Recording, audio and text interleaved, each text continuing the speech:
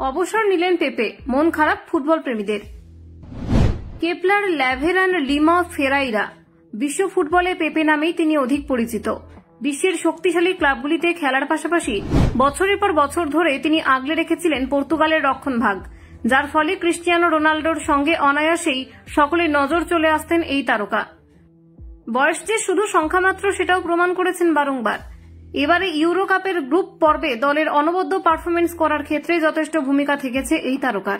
কিন্তু টুর্নামেন্টের কোয়ার্টার ফাইনালে ফ্রান্সের কাছে টাইব্রেকারে পরাজিত হওয়ার পর থেকেই তার অবসর নিয়ে দেখা দিয়েছিল একাধিক জল্পনা।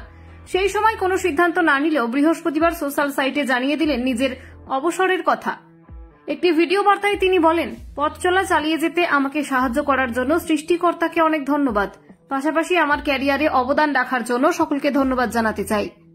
বলাই বাহুল্য, শেষ ইউরো চ্যাম্পিয়নশিপে সবচেয়ে প্রবীণ ফুটবলার হিসেবে রেকর্ড করেছিলেন পেপে। বয়স বাড়লেও ধার কমেনি 41 বছরের এই ডিফেন্ডারের, যা চমকে দিয়েছিল গোটা বিশ্বকে। নিজের দীর্ঘ ক্যারিয়ারে ইউরো কাপ জেতার পাশাপাশি ক্লাব ফুটবলে রিয়াল মাদ্রিদের হয়ে জিতেছেন সব ধরনের ট্রফি। তবে এবার ইতি টানলেন নিজের ক্যারিয়ারে।